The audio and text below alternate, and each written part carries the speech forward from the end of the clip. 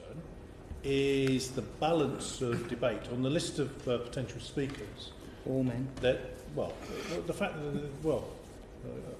they're all men doesn't matter so much. What does matter is that there doesn't seem to be a preponderance of people from across the House. They seem to be concentrated from the Conservative Party. Either means that the Conservative Party clearly take these issues seriously and the other parties don't. Me, bind and gag me, pour molten metal over me. You are helping us. I won't knife you in the back, I'll knife you in the front. What do you think should happen to the people? Because they will be traceable. I would like to think that at the very least their accounts would be closed down. I think that anyone who could terrorise somebody, I'm not that easy to terrorise, but I have to think about the people who this might happen to who aren't as strong as me. And after all, I was just working in a charity helping victims of domestic and sexual violence. So, you know, I proudly say that I am a feminist, and a bit of feminist marauding in this chamber would be a very welcome relief. I don't feel now it's affected my life and I can't carry on. Obviously, I'm carrying on perfectly well. What I would like to say to the men and boys of the world is don't rape and sexually assault women. Thank you, Mrs. Deputy Speaker. Or in a feminist debate, I'm going to say Ms. Deputy Speaker. I would like to also congratulate all of the people who've made their maiden speeches and just remind the House that when we say maiden, what we mean is somebody who's inexperienced. So that's another one for some sexist language that gets used. For leaving university, I had the misfortune of, having two children who are both sons, incidentally. I don't have the daughter bell to ring. And should it not pass, I can't afford it. I shall know, like so many before me, that I shouldn't have bothered to speak up, because after all, I'm just a girl.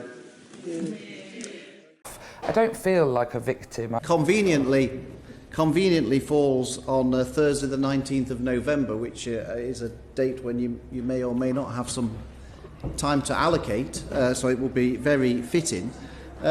Because, of course, not only do we have International Women's Day, we also have women and equality questions every month in the Chamber, which we don't have for men. So the opportunity for men to raise issues that are important to them is very limited. And just to give you a flavour, Mr. Chairman, of the type of things that may come up and which will be part of International Men's Day, I'm not entirely sure why it's so humorous, but to discuss issues such as... Actually, if I was there again, I might not laugh at a man who is clearly not an equalities champion, suggesting that men... I mean, the thing that made me laugh was the suggestion that men don't have an opportunity to speak up in the House of Commons, not any of the things. If he had come to me with a debate about male suicide, I would have... Men's shorter life expectancy, wider male health issues, many of which go unreported through embarrassment of men to sort of go along and talk about these things.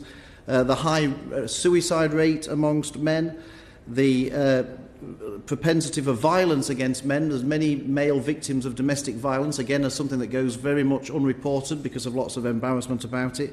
The underachievement of boys in education compared to girls, the issues around father-child relationships, and often the way that fathers sometimes feel they don't get a fair crack of the whip in terms of custody of their children and things like that. These are all issues that affect an awful lot of people around the country.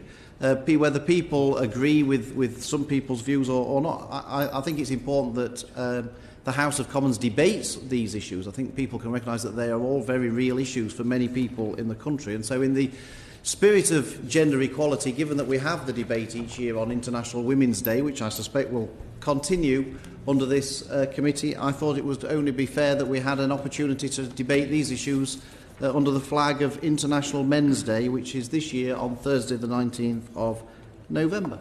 Thank you very much. Questions? Jess?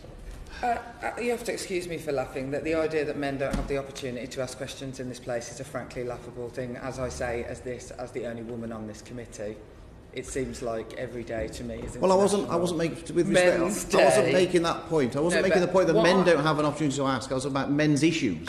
There's a very big difference between men raising issues and the raising of men's issues. But one could raise men's issues in any single one of the question sessions. So men's health, absolutely. So prostate cancer, that could be raised in men's questions, couldn't it? Well, that could be I very raised much, in health questions. Mr. Chairman, I very much look forward to these arguments being deployed when we come to consider a debate on International Women's Day, because exactly the same arguments could be raised for International Women's Day, that women's health issues, that equality issues could be raised in women and equality questions in other forms. So all I ask is for an equal crack of the whip, that if those issues can be raised without having a debate on International Men's Day, then obviously the same issues can apply for when it comes to International Women's Day. But those arguments have never won the day before this committee. I just think that it's worth pointing out the idea that this chamber, that these houses, both of them, in any way reflect gender equality is to me a frankly laughable thing. And so in the fight for equality, I'm not sure the men on this list necessarily have that much to fight for. Bob, please.